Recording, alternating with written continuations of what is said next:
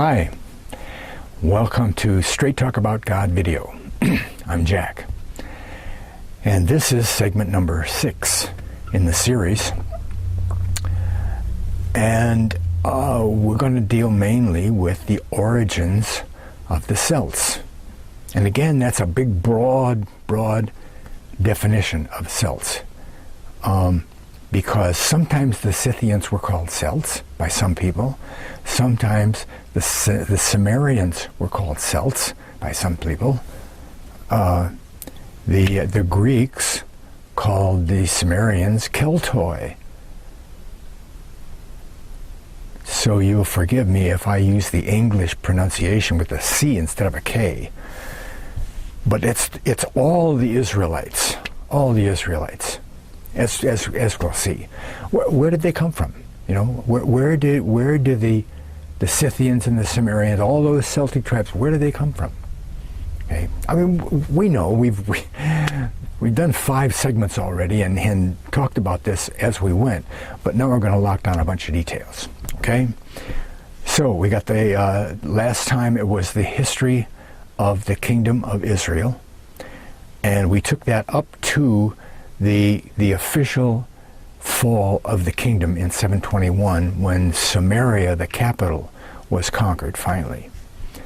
And remember, there were 4 distinct kings that made war with the whole nation of Israel in increments down to and including Jerusalem, and then they stopped. Sennacherib was the 4th king of the Assyrians to come down there and try to conquer what was left after the other 3 kings went. Remember, we have Tiglath-Pileser, we'll hear him again. Shalmaneser came and conquered a few. Then Sargon II came down. He's Sennacherib's father. He came down, conquered the rest of them, and besieged Samaria for 3 years, took them all away. And every one of those kings who we have writings from tell us where they put those people. Now that's secular history. That's not the Bible. Okay, you go to all this secular history, tablets and so forth, and that's what they say. I conquered these people and I put them there. Okay? So now we know where the Israelites are, absolutely. And let's see how they turn into the Cimmerians and the Celts and the Saka and the Iskuza and the Jamir and the Gimera and the Jimera and the Kalmroi and all those other names, right? That we have in the history books. We know that in the history books that's what happened, see? And those histories start with those names, the Qumri and so forth. You know, you go to secular history and you look up the Assyrians, and they conquered the Gamera or the Jimera or the Gemera or however you want to pronounce that, and the Iskuza, and they were in a certain place and they did a certain thing, and it's right there. Okay. It also getting beyond here. Okay, and then we looked at Hosea and his marriage to a whore, right? Again, the first chapter of Hosea covers over 2,500 years of time. There's an immediate prophecy coming to the house of Israel just before, some few decades before their actual fall, that this is going to happen to them. You're going to be taken away, be scattered out through other nations. You won't have God's mercy. You won't even, after a while, know who you are. You won't remember that you're connected to God, that you're Israelites or anything, but you'll wind up in a place where there'll be a multitude of descendants, okay? And in that place, all the people around you will call you the sons of the living God. The God of the Bible. Sons of the living God. Well, that didn't happen, until way later on, okay, after a bunch of them finally wound up in Northwest Europe. Took them 700 years to get there, right? wave after wave, the early ones. But that's what happened, and we saw that in Hosea because Hosea was the type of God. His wife was the type of Israel. God even says because Israel went whoring after other gods. The house of Israel, they went to pagan worship right away. Jezreel, the first kid, boy, means scattered. Scattered, like when you scatter seeds. The house will fall, it won't be a nation anymore, and the people will be scattered to all directions. And they were, they went north, they went south, they went west. Just a few of them went south, but most of them went north and west, and a few of them went east, winding up all the way to Japan, some of them. So that was Hosea. And again, we showed that the Jews aren't involved in this, because in Hosea, a couple of different times, he says, the house of Israel, but the house of Judah, I, making a definite distinction. So we don't get confused and try to lay these prophecies of no mercy and called the sons of the living God and all that on the Jews, because they don't fit. Okay? You could squeeze them around a little bit here and torture them somewhat and make them fit. But then what would you do with the rest of the house of Israel prophecies? Because most all of them won't fit the Jews. Okay? So it's not the Jews. Separate, and we trace the Israelites north through 3 different sources, and we'll get into detail more with other sources here. We had the Assyrian tablets, there was the Behistun Rock, and there's tablets in the tombs, writings from Darius and a couple other the kings of Assyria. Also, we got some information about where they went, establishing them up in that Fertile Crescent, the top there, from Josephus, even, secular history. So now we're at a very crucial point in history, okay? And we're at the point where the sons of Isaac, a lot of them called themselves the sons of Isaac, the house of Isaac. You remember the Saka, Sakae. Well, we're going to find out that the Sakae were really the Isaac-a. But the E got dropped. So it wasn't Isaac, it was Sak. The people of Sak. Sak-a. Okay. And they become lost. And for no other reason than the name change, right? Okay, so we're going to start out, what we have to establish first in our minds is the geographical location, okay? We did that last time, but I'm doing it again, okay? The geographical location, again, is, there's the Caspian Sea, there's the Black Sea, and down here is Israel. Assyria conquers Israel, takes them away, and puts them starting around here somewhere, all the way up in this area between these 2 mountain ranges, all the way over underneath the Caspian Sea, and eventually, as we'll see today, beyond the Caspian Sea, another 300 miles or so, maybe more.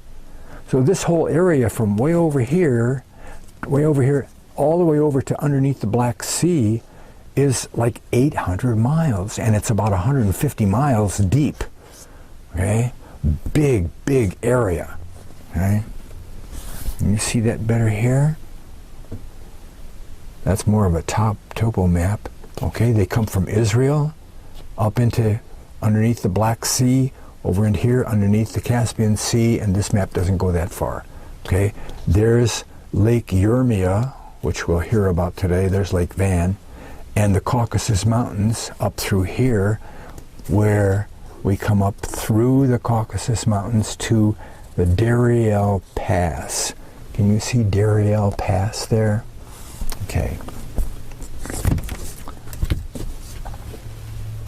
Okay, again, we have E. Raymond Capt and his book called The Missing Links, discovered in Assyrian tablets.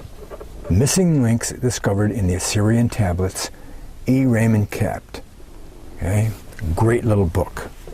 You should have it. You should absolutely have it. This will give you the outline and the basic introduction to each one of these segments of the Lost Tribes teaching, every one of them. And he's got Behistun Rock in here, and all the tablets. That's the main part of it. But he adds in other parts of the thing. Jeremiah's in here. It's really a great book. Anyway, 1 Chronicles 5, 25 and 26. We read this last time.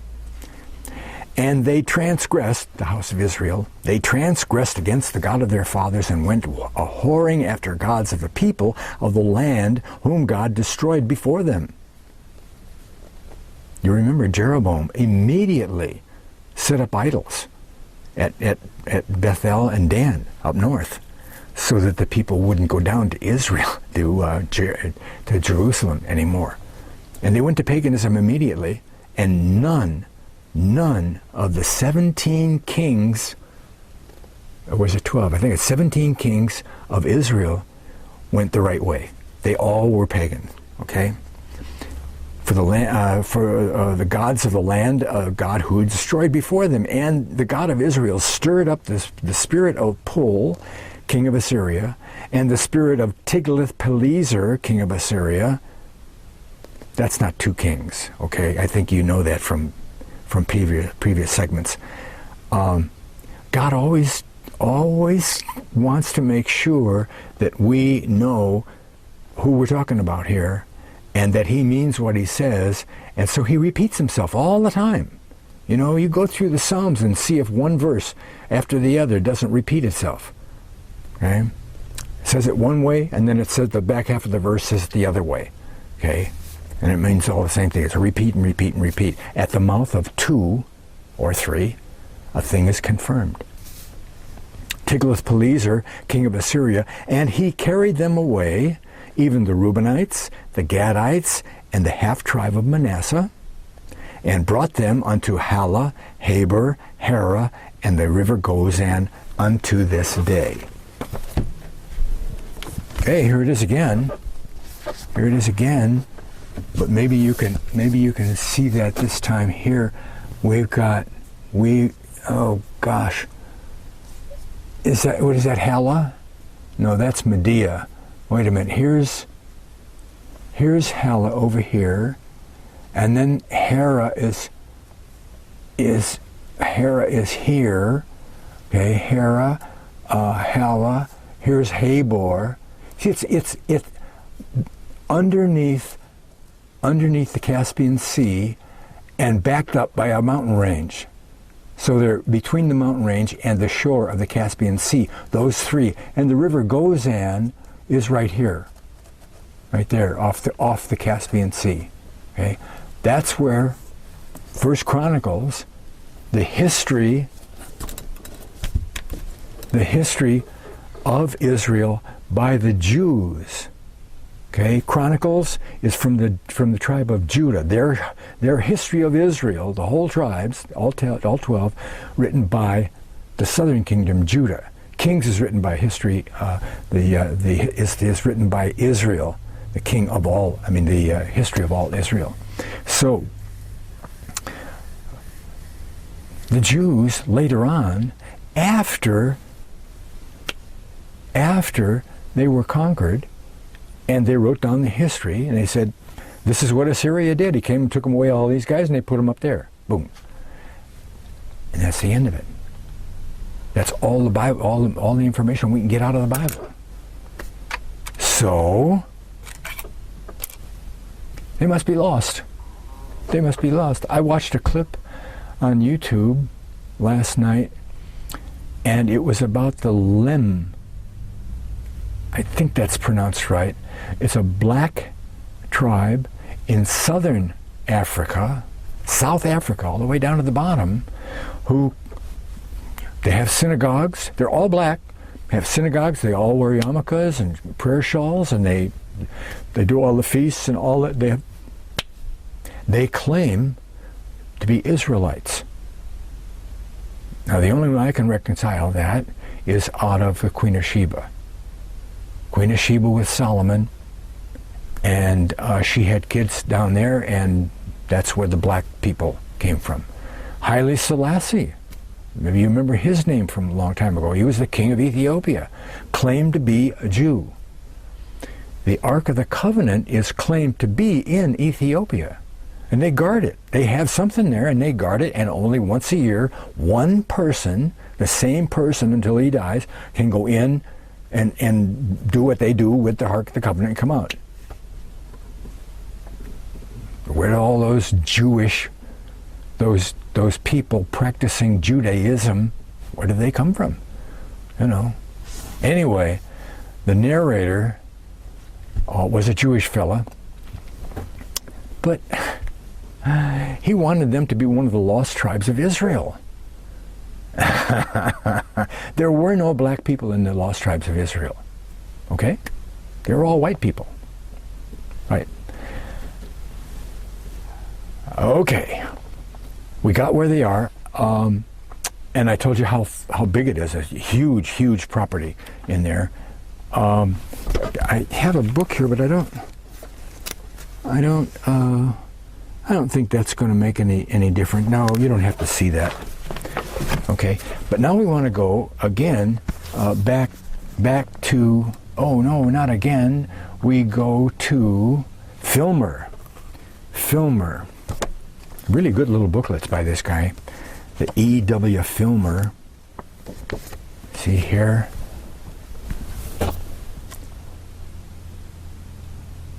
Lost tribes found in Assyrian archives.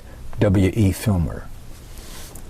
Well, missing links found in the Assyrian tablets. You know, it's the same information, although Filmer has some details that Cap doesn't. Cap has a lot of stuff that Filmer doesn't. So there'd be a little bit of repetition in here. But the first one is page 1. Now, Israel, let's see, in addition to the places in Assyria to which the first captives were taken, others were also taken into Media. Okay, now one thing we're going to find out is that the first wave, Tiglath-Pileser, he put a bunch of people up there, you know, northern Media, right underneath the Caspian Sea, and a little bit to the east. To the west of Black. I'm getting confused because I'm pointing for you. It's over on the west. It goes under the Caspian Sea and a little bit to the west. Only for you, it's a little bit this way, isn't it? To the west. West is over there. Okay. But that was only the first wave. Probably a small, maybe 1/4 of all the people that were ever taken up there. Later on, there'll be the Massagetae, a larger group that were conquered and brought up there into the same area. Okay, and so they named them different people. Massagetae means, as we'll see, the greater horde of the Saka. These were Saka, and then the Massagetae, the big horde of Sakas, showed up. Okay. Now, Israel had long been known to the Assyrians as Beth Cumri. Remember that? House of Cumri, meaning the people of Umri, O-M-R-I, that sixth king, remember him? Tiglath-Pileser, in his annals, and we dated those annals at 745 BC, right? He was the first guy to come down. He conquered Manasseh 745 BC. That was a point that we stressed. Okay, Tiglath-Pileser in his annals he says the towns of Gilead, Abel, Beth Maacah on the frontier of Beth Cumri, and the widespread district of Hazael, unto its whole extent, I turned into the territory of Assyria. End quote. See, Syria here is named after Hazael, the former king, just like the land of Umri. This was the land of Hazael. Syria. Assyria came, conquered Syria, the land of Hazael, okay, took them away after the king who founded, and as Israel is called Beth Cumri, after the king who founded Samaria, Umri. Okay, what is that? 1, 2, 3, 4. Sargon II. Remember, he's the third one in line. Sargon II.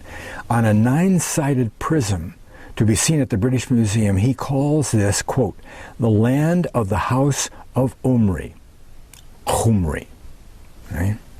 In northern Media, a people called at first Gamir, G-A-M-I-R, or later Gimira, G-I-M-I-R-A, and Gemirra, G-I-M-I-R-R-A, it's all the same people, right, received their first mention in the Assyrian archives. Okay? Historians are agreed, however, that the Gemirra, is the Assyrian equivalent of the Greek Cimmerioi. Remember them from previous segments? Cimmerioi, called Cimmerians in English. The Cimmerians are the Cimmerioi. You can find the Cimmerioi in Greek history, okay? And then you can follow them, large group, all the way in all their migrations and everything. Qumri, Cimmerioi, Gammer, Gimmer, Jimmer, Cimmerioi, Cimmerian. Okay? The first Assyrian documents to mention the Gemirra indicate, however, that some of them were actually living in northern Iran near Lake Urmia, okay, as early as 707 BC, only 14 years after the fall of Samaria. Well, sure, I mean, Tiglath-Pileser came and put people up in that same area in what, 742? He conquered them in 745, put it in his annals, and what, right around that time, 745, it didn't take him that long to get up there, a few hundred miles, okay, a day or two, a year maybe, not even a year, okay, 744 they're up there. Well, gosh, that's decades later, 707, okay? They were there a long time. Assyrian spies, we're going to get into these guys really heavy next time.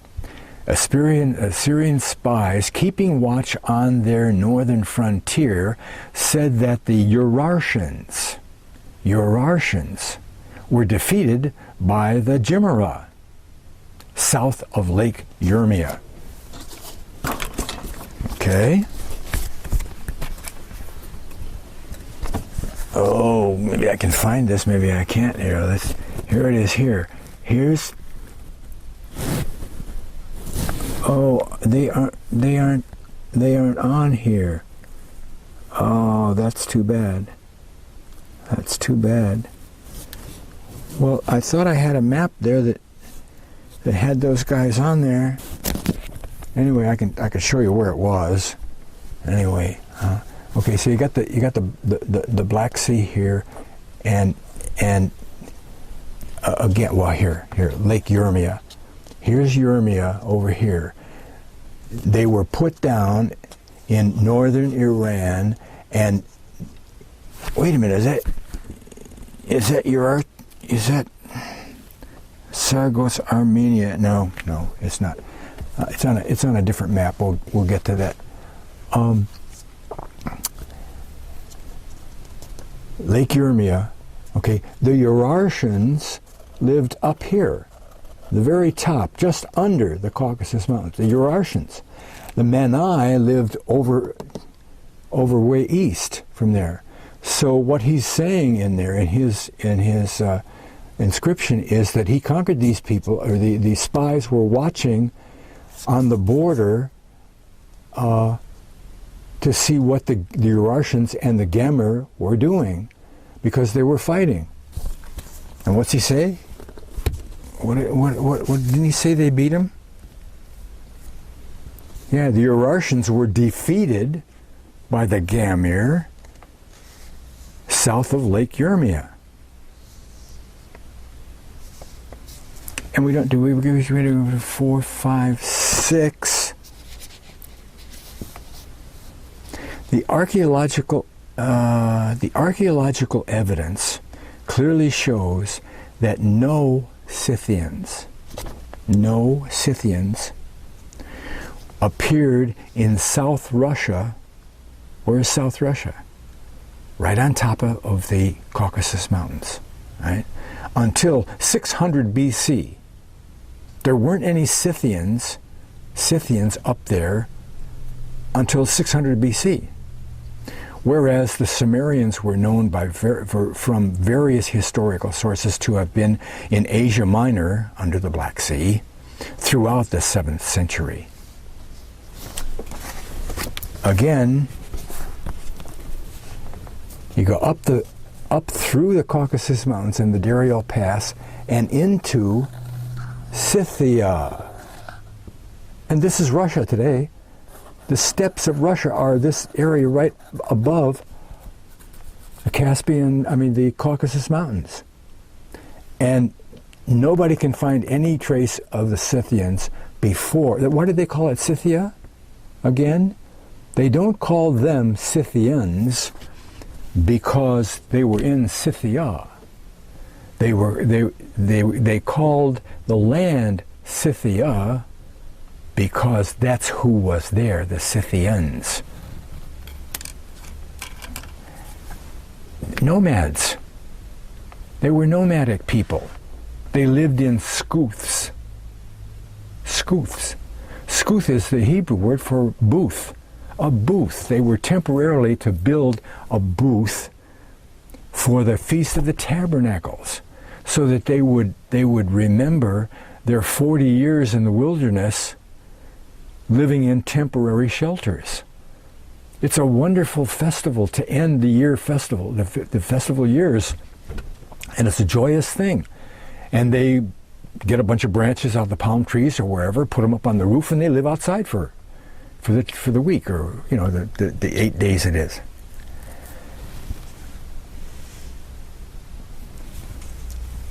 And that's what Sukkoth is the name of that feast, and that translates into Scythian. Iskuza, Skuth. And it also, much later on in history, when those people, those Scythians, get way over into Spain and Ireland, they migrate north to the top of the British Isle, where they're known as not Scythians or Scythians, but Scots. Scot. Scot comes from Scuth. Russian archaeologists have produced no evidence to suggest that the lands north of the Black Sea had been invaded from the east by any fresh people between the arrival of, any people. Okay? The best they can do is say, well, we think they came from the east. No, we know where they came from. Page 5, number 2 and 3. Esarhaddon, another king of Assyria. But this is late, right? 721 was Samaria, and Esarhaddon ruled from 681 to 669. See, so he's way beyond that. Some of the Israelites are already mercenary bands going around helping out whoever they can get paid by. Okay. Esarhaddon, who recorded a battle with the Cimmerians in the 2nd year of his reign. Quote, Teushpa the Jimera, he says, a barbarian whose home was far off. His home was far off. Well, he's up in Assyria, and he's writing about a battle that he had with these Gamir who were there. They weren't home. Okay, these Gamir weren't at home. They lived someplace else. That's what he's saying. Whose home was far off. Yeah, it was all the way down in Israel. I cut down with the sword in the land of Habushna, together with all his troops. Habushna was the region in Central Asia Minor, just in case you wanted to pin that down, north and west of the Euphrates Gorge. Euphrates Gorge is that Dariel Pass. Look it up on Google Earth. Do a search on Dariel Pass.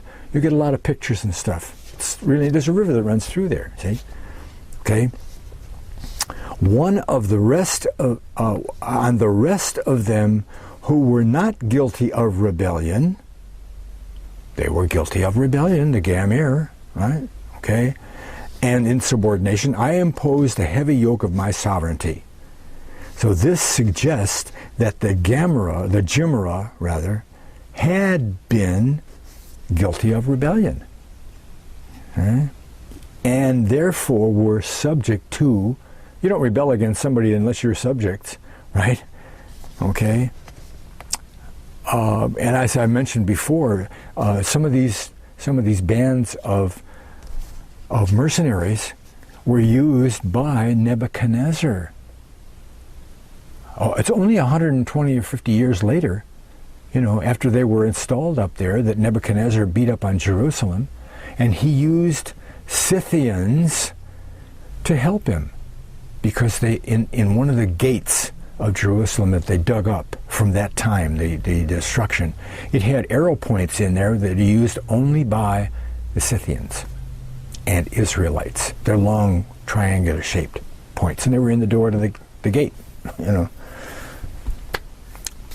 A large prism of Ashurbanipal. Now he's down around 650 BC, who succeeded Esarhaddon, records that subsequently, about the middle of the 7th century, the Cimmerians had made raids on the king of Lydia in western Asia Minor. They're already moving west, right? No, west. Okay. Prayers from Esarhaddon. They wrote down their prayers on gold tablets and stuff, and we can read those. Okay. Esarhaddon. See, at least half of a dozen of these texts mention hostile bands of Jimra, both among the Mani and Medea. Okay, so we got these 5 to 6 million Israelites all placed in that big fertile crescent, top of the crescent there, amongst the Urartians, the Mani, the Medes, and the Assyrians, of course. Okay? They're all over the place. Okay? If the Jimra were Israelites placed in the cities of the Medes, this is just what we might expect, right? The Jimra. Do we have any more to read on them? We have 2 and 3 here. Another name, Iskuza. You remember Iskuza? Also occurs in this connection with the Assyrians. Esarhaddon, in his annals, he says, I scattered the Manaean people, intractable barbarians, and I smote with the sword the armies of Ishpaki, the Iskuza. He's not a Manaean. He's the general of the Iskuza army, not the Manaea army. Okay? Alliance with them did not save him. Okay? A prayer text was asking this.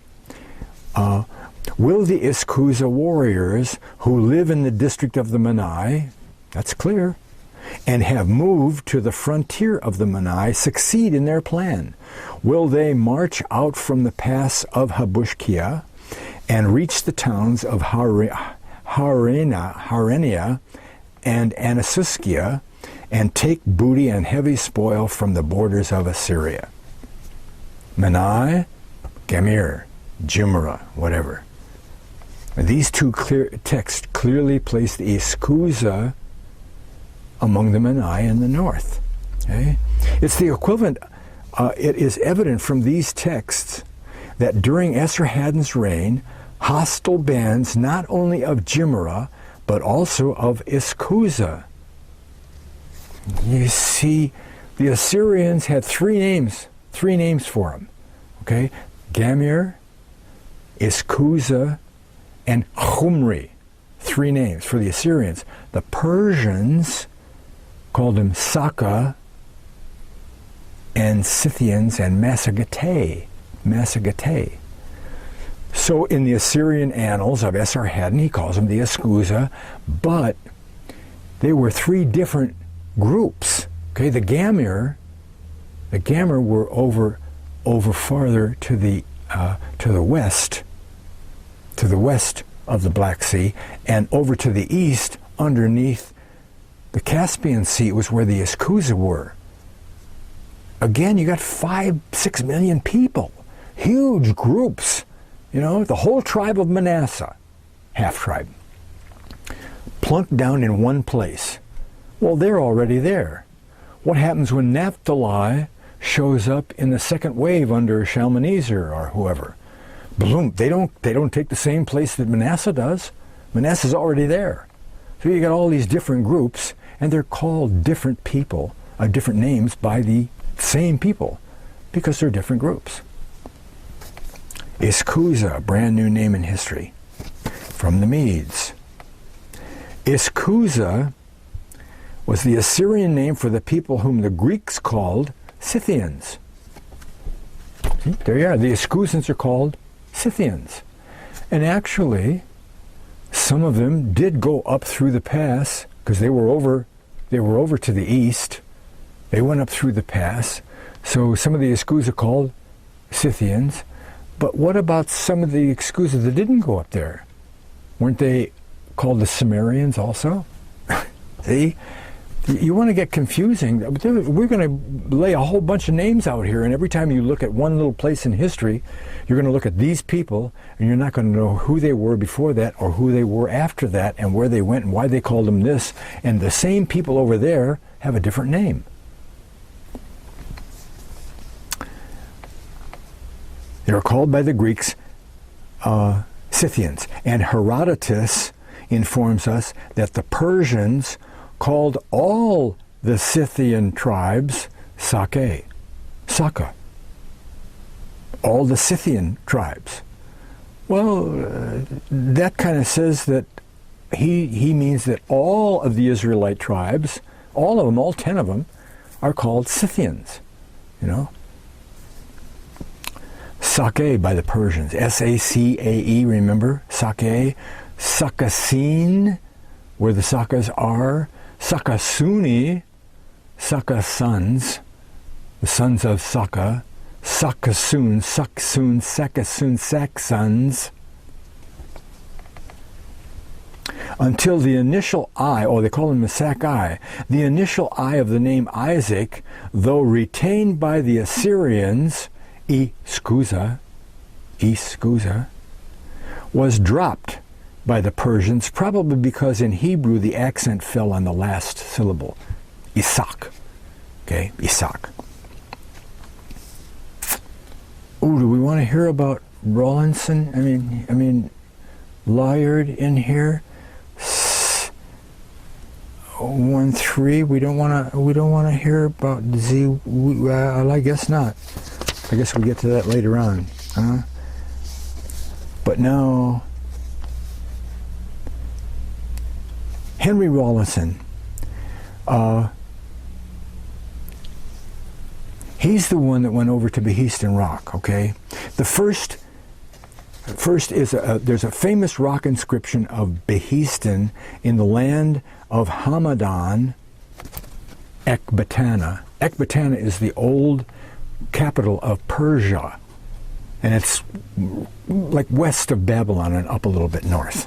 Okay, it was Behistun Rock that provided Sir Henry Rawlinson, 1940,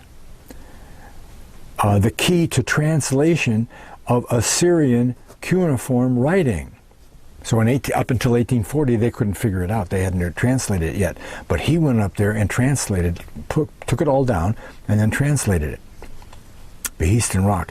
The text in 3 languages, Persian, Scythian, that's Elamite, and Babylonian, which would be the same thing as the Assyrian. Assyrian and Babylonian are the same language.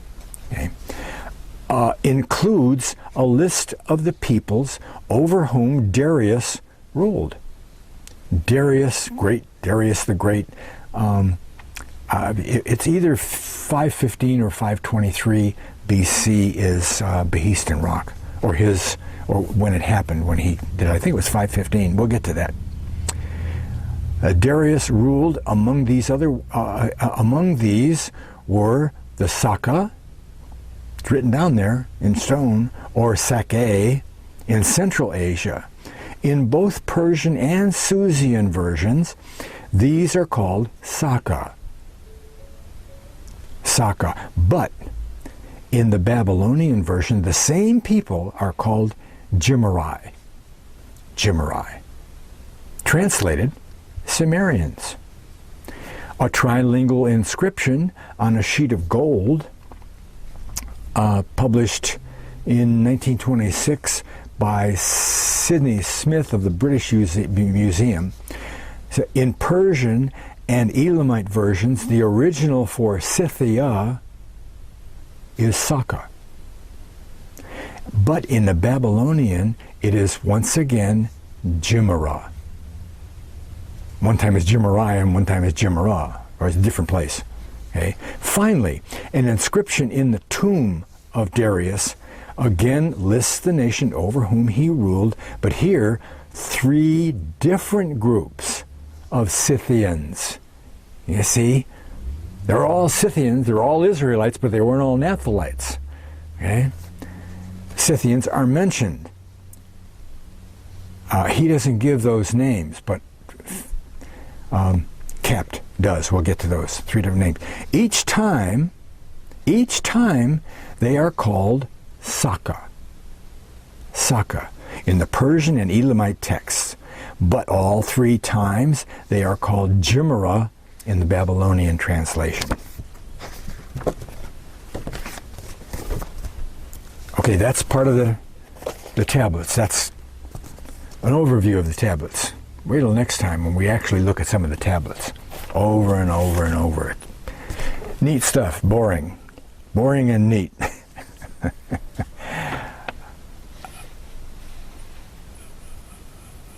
Okay, well let's follow and see what happens to the Scythians, right? This is a second little booklet I have here from Filmer. Our Scythian ancestors. W.A. Filmer. The covenant people. Look those people up. They hold. That's where I got these books. I don't know whether they still have them or not, but they're good little books. And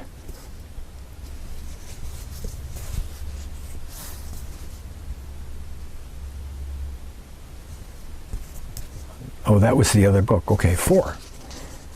Page 4. Page 4. The earliest tombs. Well, here's something we're going to talk about a little bit later anyway. See, Scythians settled down in these parts, however, pressed on at an early date into the interior of Russia, as witnessed by the royal treasure named after General Melganov, which he found in 1763 buried in the Litoy barrow, Litoy barrow. This tomb dates from the first half of the 6th century and is almost, that's up in the steppes of Russia, okay, right where the Israelites went through. First half of the 6th century, almost contemporary with the earliest tombs north of the Caucasus Mountains. Not long before the end of the century, upon other groups of Scythians had gotten as far west as the Carpathians. We're going to talk about those tombs a little bit later. The earliest tombs in Russia, such as at Kellermes on the northern slopes of the Caucasus, okay? I mean, they went up there and they established their stuff, right? That was the first place they arrived in before they spread out to the rest of Scythia. So maybe the capital wagon, you'll get that in a while. The capital wagon was in the southern areas of Scythia, above the Caucasus Mountains. See, and so after some generations go by, some of the big mucky mucks, the high chieftains, are buried in that area. So the tombs are right there. Okay, that's okay. And the Litoy barrow containing weapons and other artifacts decorated with gold. That show. How do nomads gold plate things? Well, I don't know, but they did. They made some really neat jewelry and all really good, artisan stuff, and yet they were wagon dwellers. You set up your. I mean, how long did they set up in one place? Did they set up in a place for a year? And the blacksmith had his wagon full of tools and things, and he set up his I don't know.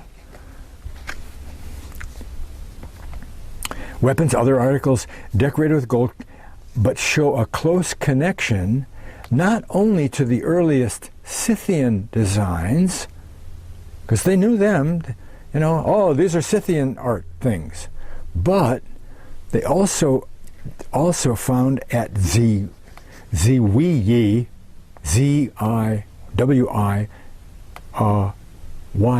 Ziwiye, but also with Assyrian, Median, and Urartian art. Well, of course, when you live in a place, you see, if they didn't go up above the Caucasus Mountains until around 600 BC, well, what did they do for 120 years after 721 and 745 even? They were up there for more than 100 years, weren't they? And they didn't look any different than any of those people around there. They worshipped all the same gods. They didn't do their festivals. They didn't do any of that. They didn't look like Jews anymore. They didn't look like Israelites anymore. They didn't do any of that stuff. I mean, mostly they didn't look like Israelites when they were in Israel because they were pagan worshippers. So these millions of people, they, by osmosis, got some of the art designs from the people around them. And that makes a connection below. It takes them from Scythia above the Caucasus Mountains down below the Caucasus Mountains. Okay? The director of the Hermitage Museum in Leningrad says, all this goes to show what? Scythian art, styles typical, I don't know what he did. Anyway, his name is Molganov Treasure. That's the guy who discovered that treasure. All this goes to show that the Scythians of South Russia must have come from south of the Caucasus and not across the Volga from Central Asia, as historians used to think. And a lot of them still do. Okay? 423 3, 4. Herodotus again. Okay, customs and beliefs. Herodotus says that the Scythians, and that could be a whole bunch of different people, the Scythians, quote, never use pigs for sacrifice. Oh, well, they were sacrificing. Yeah, but pagans always sacrificed too. They weren't sacrificing to God. They were sacrificing to Moloch and all those other gods. Scythians never use pigs for sacrifice and will not even breed them anywhere in the country.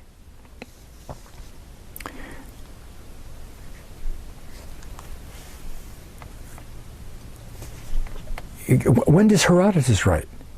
He's way down at 400 BC. Way down at 400 BC. So he's writing about the Scythians of his time and maybe a little bit before. Okay? But at that time, they don't do pigs. Okay? He also talks about divination, which was big in Israel, witchcraft and dividing, throw a bunch of sticks down and read it. Okay? 5:1. Now this is the division that happens here. At first, the Scythians dominated the whole of the steppe country between the Carpathians and the Sea of Azov, and their territory, according to Herodotus, extended to a similar distance inland. Well, I already showed you that, okay? Big, huge area that goes way far west from the Caucasus Mountains. Okay? During the 4th century, however, the Sarmatians, we've mentioned their name a few times, the Sarmatians began to move westward from the Don as far as the bend in the Dnieper. Well, can we see that? Can we see that on this chart here? Yeah, that's what we can do. Okay, here again. Here's the Caspian Sea. Okay, and here's all of Scythia, way up around over here. Okay, but you see these arrows here. Those are the Massagetae, the very large horde, the second or third wave of Israelites brought up into there, and a lot of them either went or pushed other people around the east side of the Caspian Sea up into here, and this is where Herodotus is talking about the Sarmatians. And doesn't it say Sarmatia right there? Huh? The Sarmatians were there. Well, the Sarmatians were just Israelites that made it up there. And then eventually they started moving west, and all of these Scythians up here got divided in half. Some of them went north, some of them went a little bit south and across. Okay? To give you an idea where that is.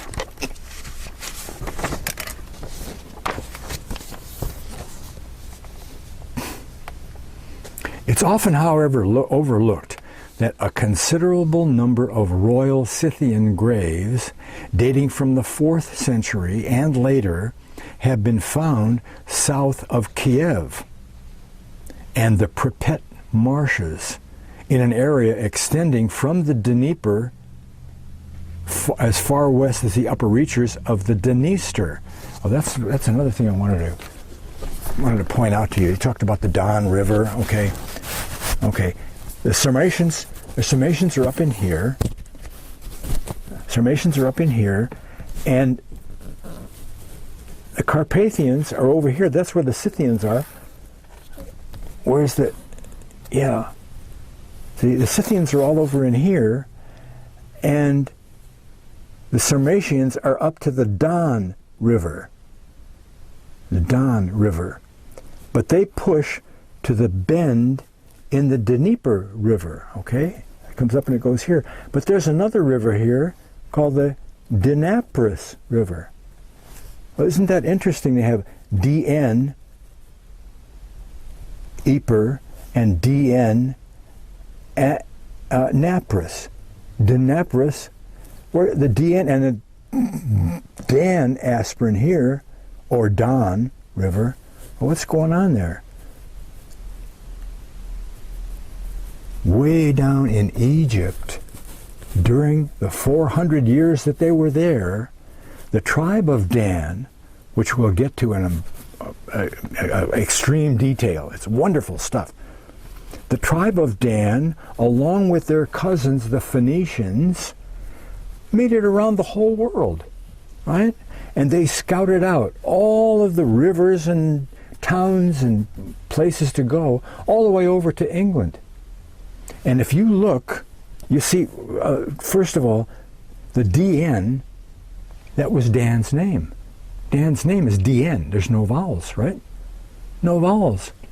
So any river that you see that's named Don, and there's one there, and there's one in England, there's one in Scotland, there's one in Ireland, Don River. Or if it says Din, or Dan, or Dun,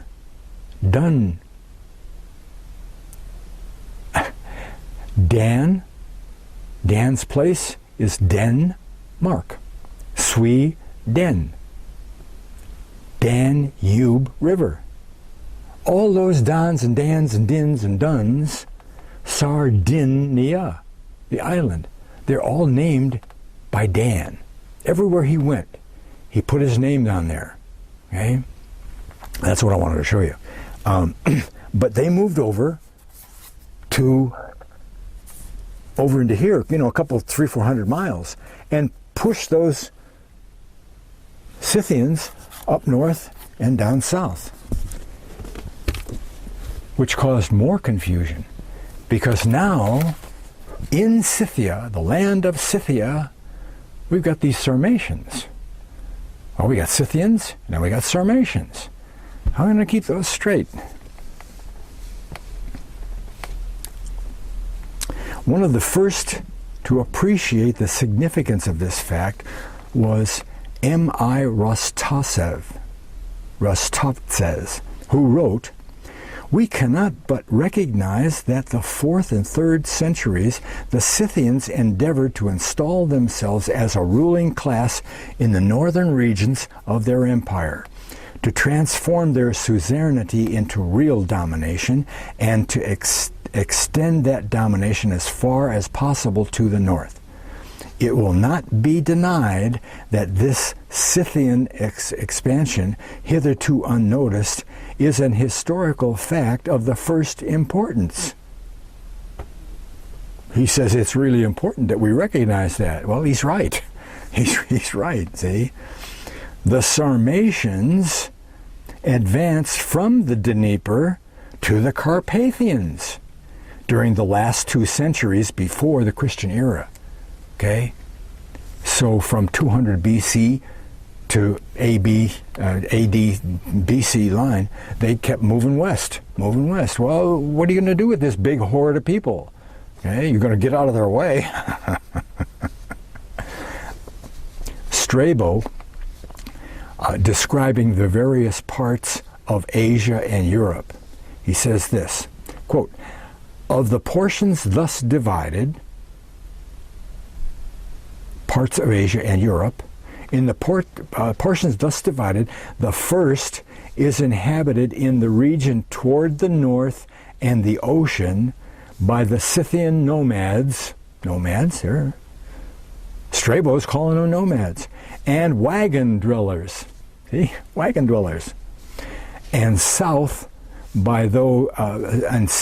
of these by the Sarmatians. Sarmatians came in, pushed some of them north, pushed some of them south. Okay? Oh, do we do 6? We do, yeah. Pliny, another historian, Pliny states, quote, "The name Scythians is everywhere," this is Roman now, okay? Pliny, Roman. "The name of Scythians is everywhere changed to that of Sarmatae and Germans." Okay, well, if you come in the back door and read about the Germans first, you don't know who they are. You know maybe where they go and what they do, but Where'd they come from? How did, the Germans, all the Germans, came from Germany. No, Germany was named after the Germans. Well, so now we got that to confuse us, okay? That was named after the Germans. And this old designation has not been continued for any except the most outlying sections of this nation who live almost unknown to the rest of mankind. Well, how do we resolve that? We look at number 1 on 7. It says, in order to distinguish between the Sarmatian inhabitants and the true Scythians. Well, that means that the Sarmatians were the not true inhabitants of Scythia. So the Romans said, hey, all of these people who live in Scythia, all of these Scythians, we can't keep them straight. There is one kind of Scythian, all the Scythians, so we call them all of them Scythians, right? Because they came from Scythia. But, wrong place. As though they wished, it was for this reason that the Romans assigned to them the name Germani. Germani. Oh, that's German, isn't it? Yeah, Germani. Well, as though they wished to indicate thereby that they were the genuine. Now, Strabo says Galatia, but he's wrong. He's wrong, and Filmer tells you why. Okay, and it's not somebody else saying, "Oh, he was wrong about that." It's truly wrong. You'll see. That they were the genuine people. Okay, for in the language of the Romans, Germani means genuine, genuine. End quote. But then Filmer adds, he should have said the Germani were the genuine Scythians, not Galatians. Okay. All of these people over in Scythia, they couldn't keep them straight. See, they wanted to be sure. So instead of naming the Scythians and the Sarmatians, they named the Germans for the genuine Scythians, the ones that really were there for 300 years, starting in 600. I mean, the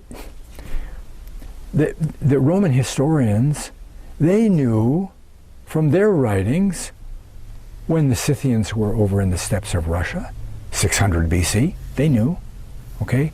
And this is way down 300-400 years later. Right? So do we have any more here? Do we read anything off of 8? No, we don't. No, we don't. Timber and tombs. Scythian tombs. Value of the weapons. The Scythians usually bury their dead without cremation, often in timber tombs, and were noted for the quality and quantity and value of the weapons and ornaments that were placed in them. They even put their horses in there. Yeah.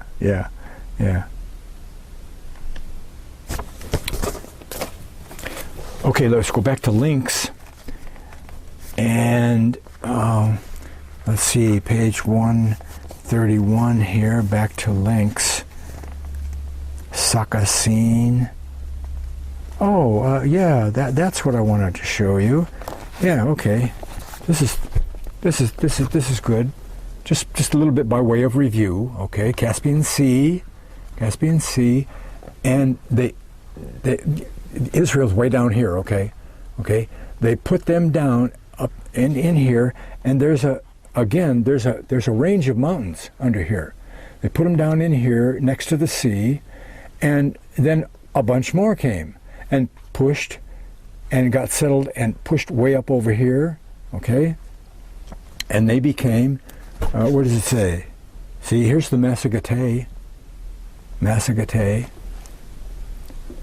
on the east side. And here's another place we're going to look at, Bactria. And you see how far away that is? That's 300 miles. You got 500 miles over this way, and another 300 over that way. They were everywhere, those Israelites, right? Right? And what does it call them here? The Saka. The Saka, just what we've been saying. Okay, and this is 012, Strabo, writing about 20 AD, okay, 20 AD, but drawing from earlier sources, remarks on the variety of reports that he found about the Scythians, although he uses the name Massagetae. So in his day, these Scythians were better known as the Massagetae. And then in parentheses he says the Massagetae means the greater Saka horde, or main body of Sakas. The name Massagetae may have been the name that the Persians gave to the main body of Scythians in northern Media before they were driven out, to distinguish them from those in the outlying colonies, such as the Sakas in Sakacene and Bactriana. Bactriana, that's that city way west of the Caspian Sea. Oh, remember here, Bactriana, Caspian Sea, Bactriana, way over there. Okay, Massagetae. Strabo says some of them inhabited mountains, some plains, others marshes. But the country is inundated, most of all, they say, by the Araxes River, which splits into numerous branches and empties by its other mouths into the sea, Caspian Sea. Massagetae are situated along the Bactriana, along the Oxus River. Apparently, the earliest Saka settlers in Bactria, east of the Caspian Sea, were followed by a second wave of Scythians called the Massagetae. Again, Bactria, way over here. Okay? And what he's saying is that, here's Haller and Haber and the River Gozan, and what he's saying that those first groups that were conquered, they were the ones that were over in northern Iran. So maybe they got there first, huh? Who is this? Zaborowski states, historian, I have proved it and can say that the Sakae, S-A-C-A-E, and the Scythians are identical. The first, quote, the first information of history concerning the peoples of Turkestan refers to the Massagetae, whose life was exactly the same as that of the Scythians. And here, parentheses, here he was quoting Herodotus, end quote, or end of parentheses. They enjoyed a developed industrial civilization while remaining nomads. I don't know,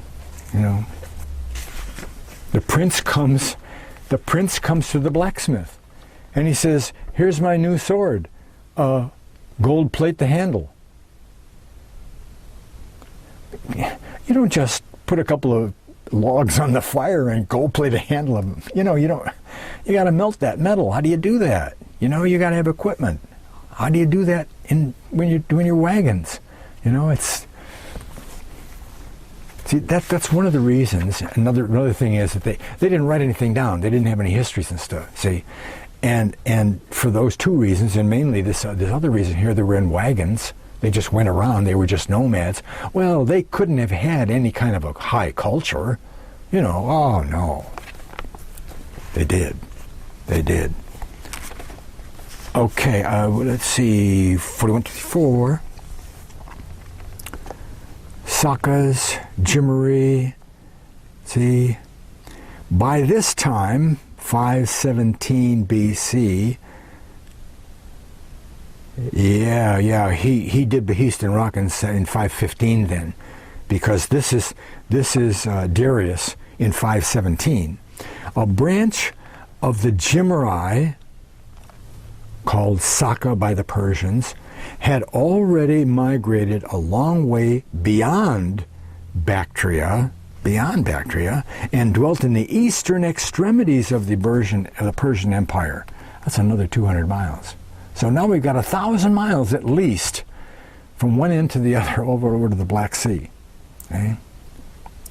In another inscription, it says, "This kingdom," this is Darius again, "this kingdom I hold." This is a gold tablet about 4 foot square.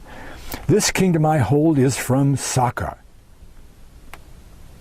From Saka, where they are,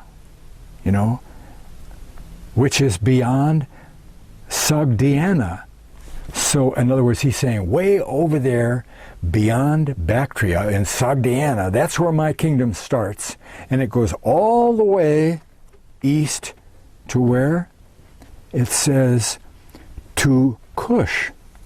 That's Ethiopia. Okay? The Assyrian Empire went all the way over to Africa. From way over east, almost to India, to Africa. Okay? From India to Sardis. Okay? So this provides added evidence that by 500 BC, some of the Sakas were far to the east, near the upper Jakartas Basin. 500 to 600 miles east of the Caspian Sea. Another trilingual inscription found in the tomb of Darius in southwestern Persia says, Darius listed three, remember these? The three separate groups of Sakas. Scythians. Fillmore says Scythians, Sakas. And now he names them Amerindian Sakas, and the Sakas with pointed hats. That's a different tribe of Sakas. Different group of Sakas, pointed caps.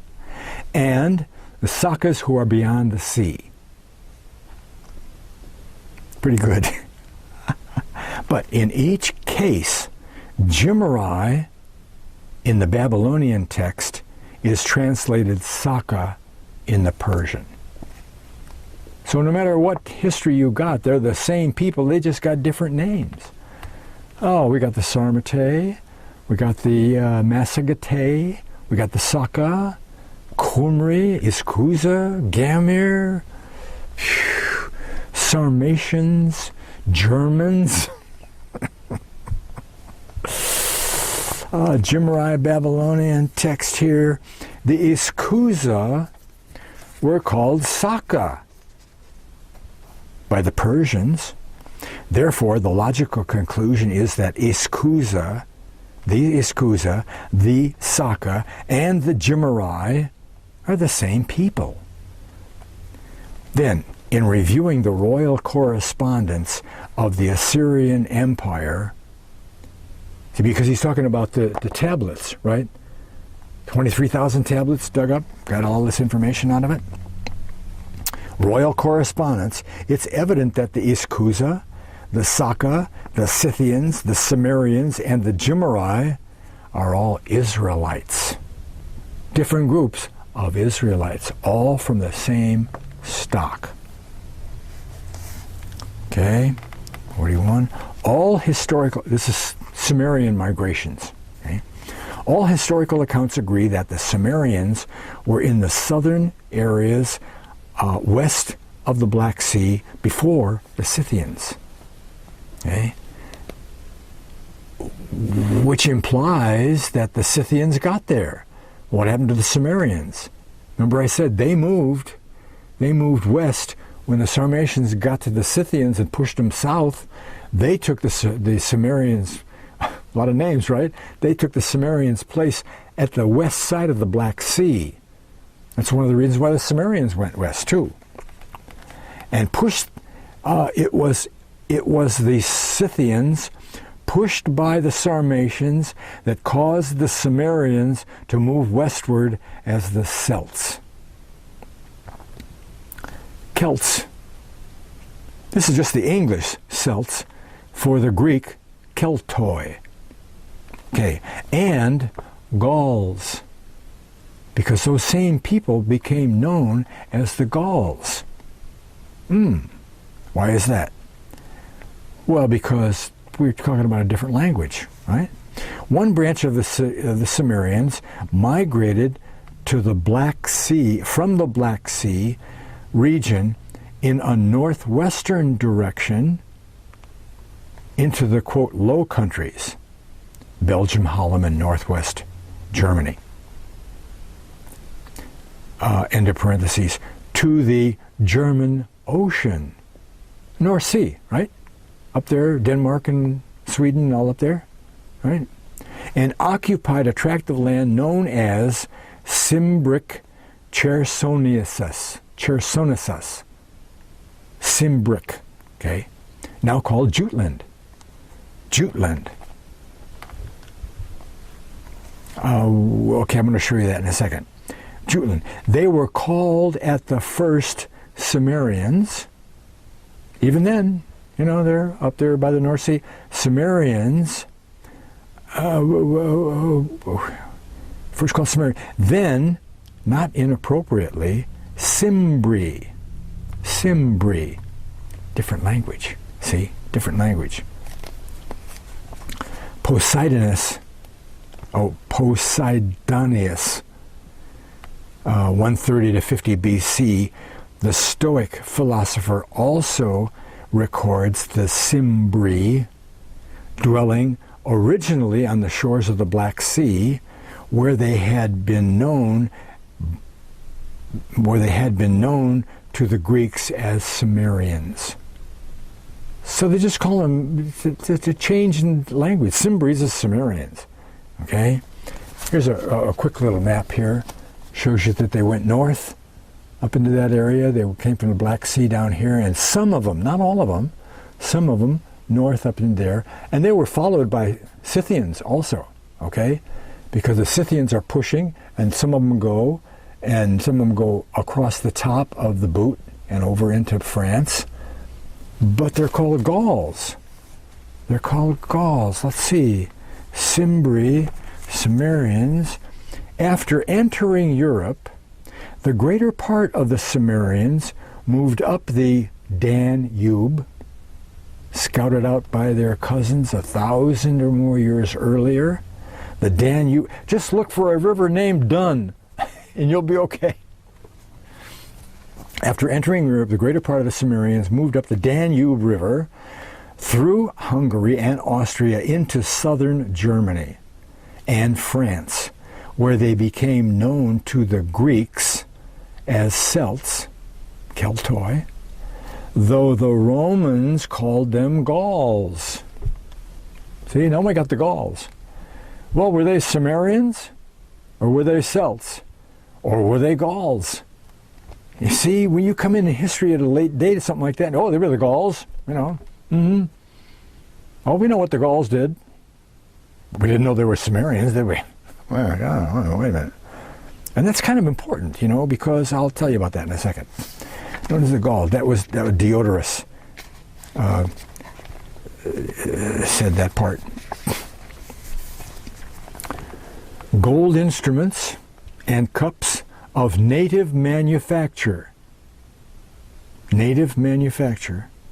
bear witness to the accumulation of wealth among their chieftains, which they had not previously enjoyed.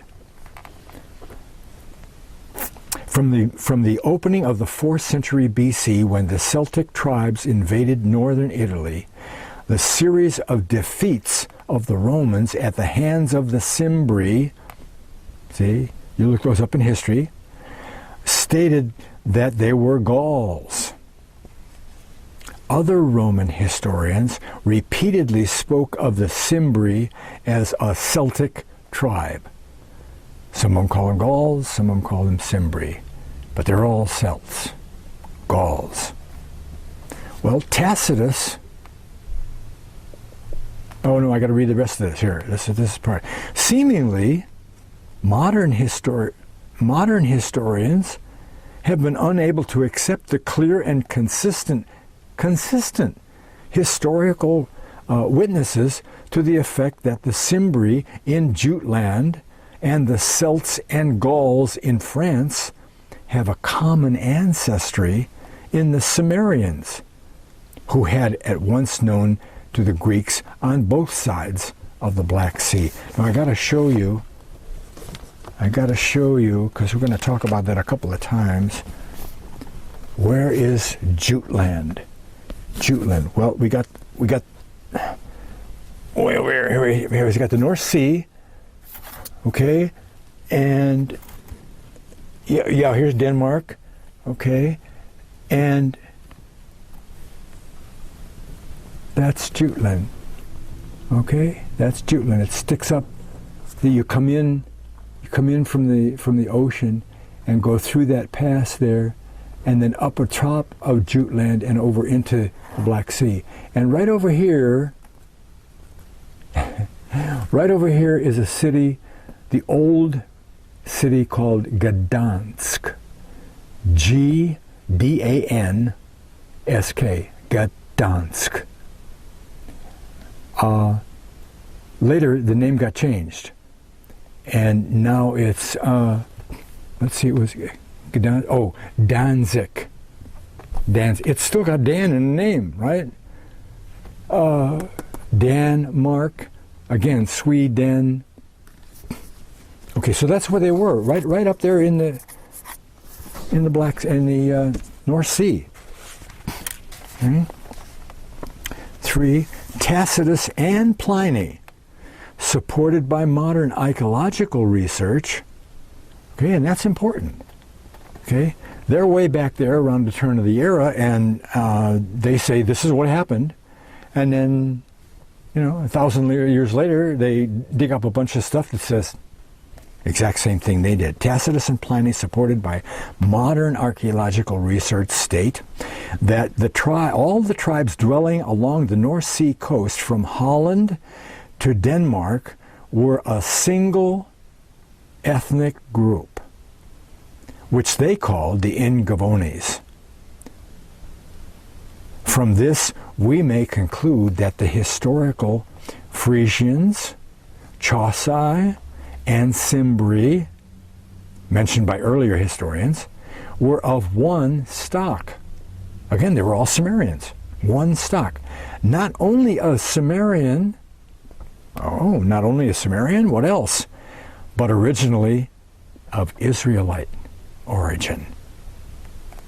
Archaeology indicates that these people first arrived on the shores of the North Sea about 300 to 250 BC. 45. 1, 2, 3.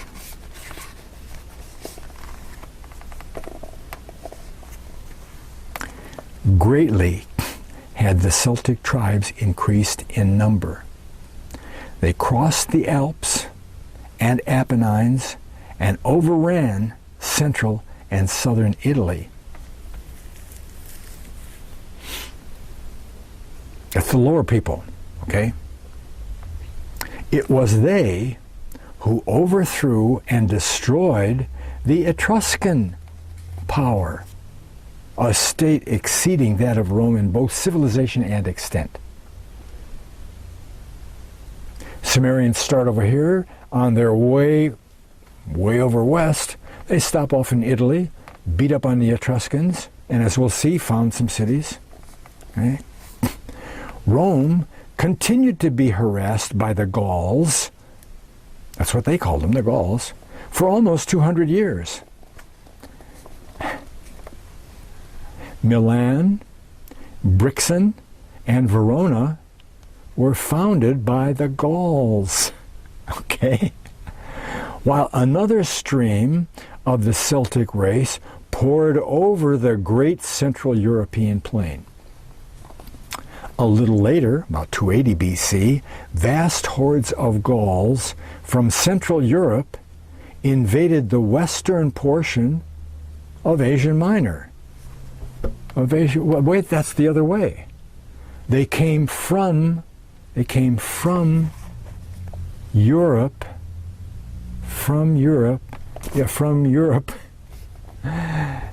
and went back east. Okay? They stopped in Italy on the way, founded those things, beat up on the Etruscans and everything, and bunches of them moved way into Europe and everything, and then pretty soon a big bunch of them said, we're going back, because that's what they were doing. They were going, I don't know why they didn't like it over in France, you know. They called them the Gauls, right? And because there were enough of them, a lot of them, the place they settled over there became known as Gaul. Well, look at France's ancient name. It was Gaul. That was Gaul. Okay? So the Gauls named, just like the Scythians named Scythia, the Gauls named Gaul. But this big horde came back, and they went back to where they were. Remember, they're all Cimmerians. They're all Cimmerians. They came out of the Black Sea, went over into Europe, came back underneath the Black Sea, and settled down again. And well, what do they call that over there? The land of Gaul, right? The Asia of Gaul. Galatia. Galatia. Paul wrote a book to the people of Galatia. There's Galatia right there. Big letters, Galatia. You see that? You see Galatia? It's right there under the Black Sea. Huh? Galatia. Okay. Well, and some scholars, they find this intriguing little bit of history. Oh, the Gauls. And they get, wow. Well, you know, Paul must have been writing to the Galatians in France. No, he wasn't writing to France. Okay? He was writing to the people under the Black Sea. If you want to know where the lost tribes are, get out a map and follow everywhere that Paul went. He was charged by Christ personally to go to the house of Israel, to the Israelites, wherever they had settled, okay, including Spain and Britain. I told you before, he ordained the very first bishop of Britain. And that was before 62 BC. Okay? Aristobulus. Things were going on over there in Britain. And the 29th chapter of Acts says that Paul found out that his countrymen were over there, so he was going to go. Okay? Well, again, you can follow his. He went to, see, Peter went to Babylon, didn't he?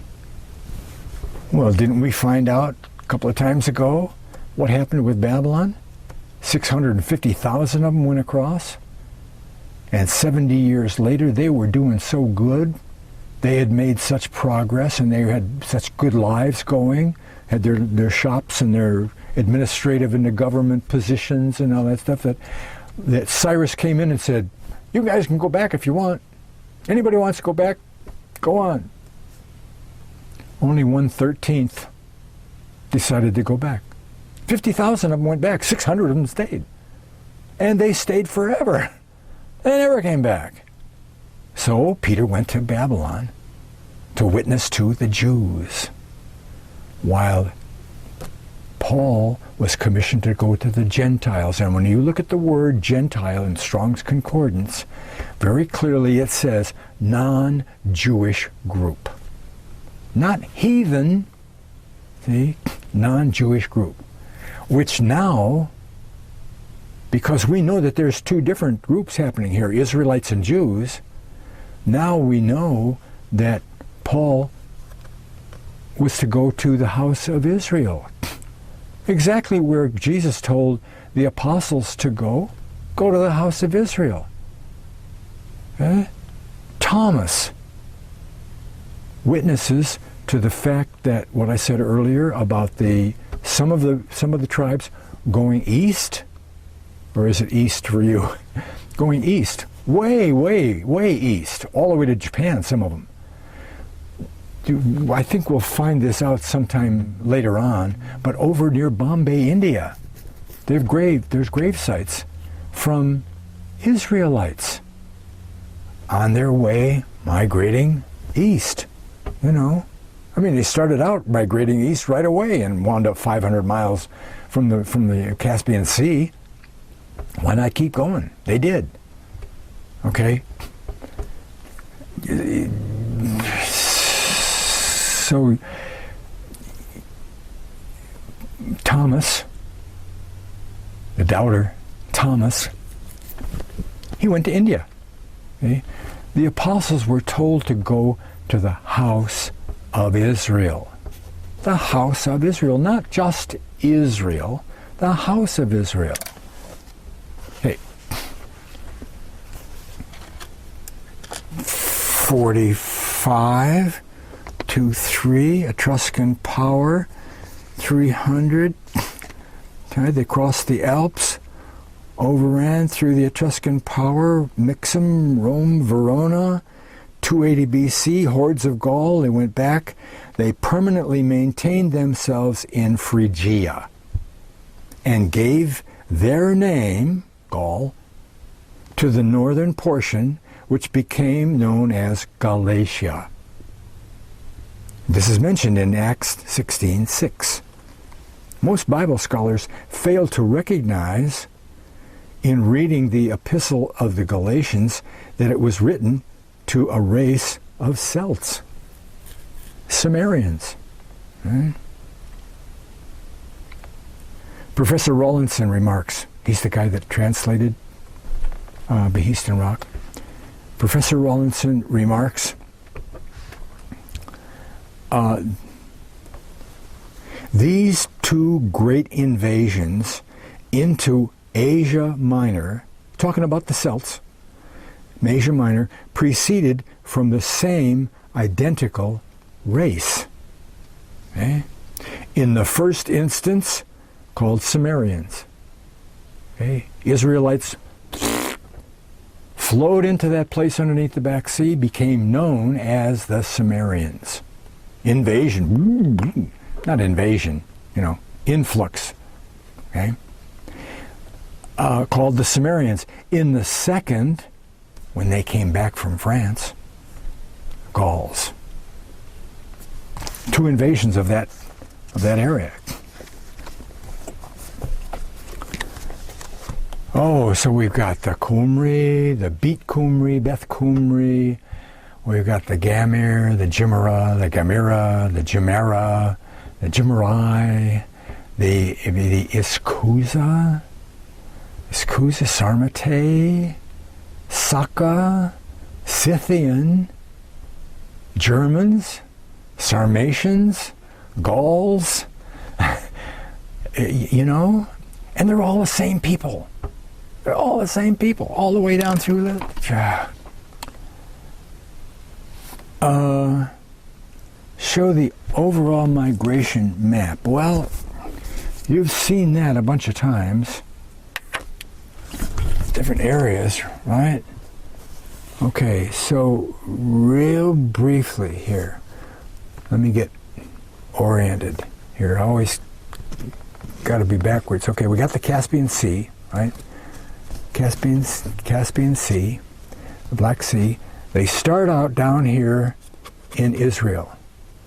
They take a whole bunch of them up into this area right here underneath the Caspian Sea. Some of them go this way. They dig a whole bunch more, bring them up, put them under the Black Sea and under the Caspian Sea, pushing a bunch of them this way. A bunch of them go west, way west there. The Sarmatians go up here across the top of the Caspian Sea into Scythia for a while. They push the Scythians to the west, pushing the Cimmerians out of their place, and some of the Cimmerians go north. some of the Cimmerians go west. The Scythians come into their area there, and even some of them get split north and south. The Cimmerians go over here into France and become known as the Gauls by the Romans, but on the way they beat up Gaul, the Etruscans and all that. They come back through and line up under the Black Sea again as the Gauls and call the place Galatia. And that's where we are. That's where we pick up next time, right? And we've only brushed the top of this material, right? And next time, I'm going to bore you with all the border reports, right? Remember those border reports from the tablets, right? There's one of the tablets right there. See? There's another one right there. Tablets, you know. And some of them are mangled, you know, because they've been around for 2,500 years. There's another one, okay? And the ones in this, he's got a lot of them in here in the book, and they're all, they all mention these names that we've been talking about, the Gamir and the Urartians and what they did, and will this guy go there and all that stuff, and maybe you shouldn't send the army yet because they'll fight and they'll beat each other, and a lot of stuff like that. It's just border reports. One or more of the tablets was written to Sargon II, you know. And as I mentioned maybe before and in a different segment, Sennacherib, who besieged Jerusalem, Sennacherib was his son. And there's a border report from Sennacherib to his father. You know, the Israelites are doing, well, he doesn't call them Israelites. Okay, so now with the establishment of the Israelites as the Scythians and the Celts, it's only a small step away. I keep saying, we know all about the Scythians. We know all about the Cimmerians. You can go back through the history. We've read part of the history here today. Back through the history of all of those people and know exactly where they were, what their names were, and when they got to this area, their names changed, or they split off here and they did that, and these guys became the Goths, and those guys became the Visigoths, and these guys became the Burgundians, and they're all Israelites. Okay?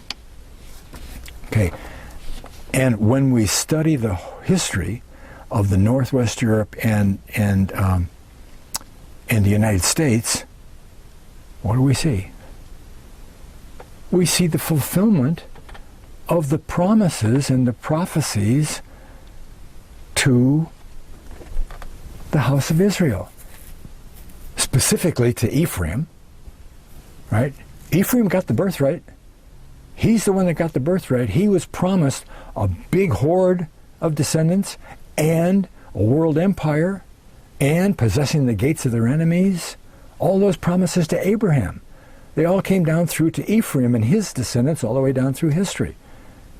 And when we look at those promises and prophecies and try to put those on history at about 1800 AD, they don't fit any large group of people.